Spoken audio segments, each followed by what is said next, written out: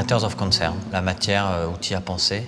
Moi, j'ai pris de manière assez simple l'affect dans l'artisanat ou peut-être le temps passé avec les objets, etc., etc. Donc ça m'a paru assez limpide du premier coup, vu que je fabrique mes objets et que je passe beaucoup de temps avec eux.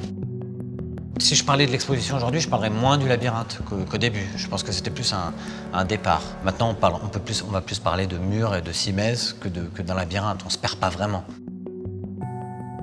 L'enfance, souvent, on fait des choix un peu pathétiques. On croit très très fort à des choses, puis ça change.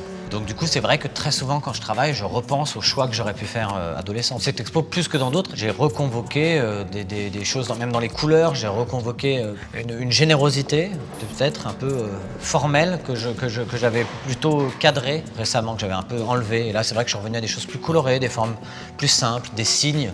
Mais j'aime bien que finalement, ces objets cohabitent tous ensemble. Et la pièce de mon père, qui est une pièce de charpente navale. Vraiment, là, on est face à du pur artisanat. Et en même temps, je trouve beau que cette tension entre un objet industriel, un objet purement artisanal. Je trouve qu'il y a une belle discussion qui se met entre des objets. Finalement, tout est à peu près au même plan. J'expose l'appareil dentaire. C'est assez ridicule d'imaginer que mon traumatisme, c'est d'avoir porté un appareil dentaire. Je cherche des idées, de l'inspiration autour de moi où je peux la trouver. C'est des états, je me mets dans des états pour produire des objets, des sculptures, et puis après, celles-ci, elles existent toutes seules. J'imagine qu'elles sont peut-être gorgées de quelques petits fantômes qui viennent apporter quelque chose à l'œuvre.